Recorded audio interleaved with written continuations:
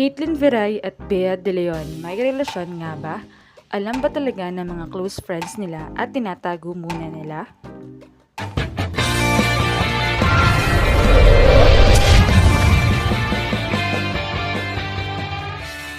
Simula nga nang lumipat si Caitlyn Veray noon sa Choco Mucho ay hindi na tinigilan ng mga fans na ilink ito kay dating Choco Mucho team captain Bea De Leon.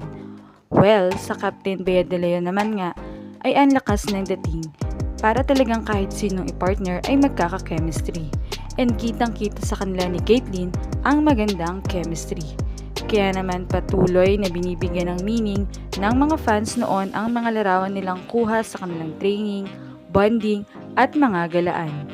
Ayon kasi sa ilan ay iba talaga ang closeness ng dalawa kumpara sa ibang mga teammates nila. Mas lalo pang ang lumakas ang haka-haka ng marami nang isama ni Bea si Caitlyn sa yacht party ng birthday celebration ni Kuya Willie Revillame. Dahil invited noon ang Creamline kung saan ito ang bagong team ni Bea. Napansin kasi ng mga fans na kasama ang mga kasintahan o jowa ng players ng Creamline. Tanong ng fans, kung hindi talaga jowa si Kate, bakit sa dinami-daming close friends din ni Bea, si Kate pa ang kanyang napiling isama. Isa pa ay nang kumukuha ng video, si Bubsy na isa sa mga kasama ni Kuya Will ay sinabihan siya ni Michelle Gumabaw na wag mong kukuhunan sa sabay turo doon kung nasan si Bea at Kate. Bawal dagdag pa ni Michelle. Kaya naman super kilig ang mga fans dahil talagang mukhang low-key lang dapat muna ang relationship nila at pawang mga kaibigan lamang muna ang nakakaalam. Malamang ay isa si Dina Wong sa mga nakakaalam nito dahil malapit siyang kaibigan ni Kate at Bea.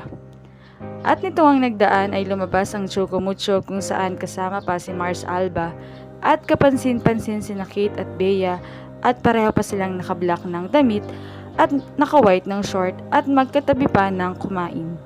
Kaya naman mukhang may itinatago silang relasyon at hindi nila muna ito naisipaalam sa publiko dahil sa mga personal na rason. Well, hintay-hintayin lang din natin kung kailan ang hard lunch ng Kate Bea. Sa palagay nyo mga ka-Volleyball Nation, may relasyon kaya sila? I-comment mo na sa ibaba. Thank you for watching and don't forget to subscribe.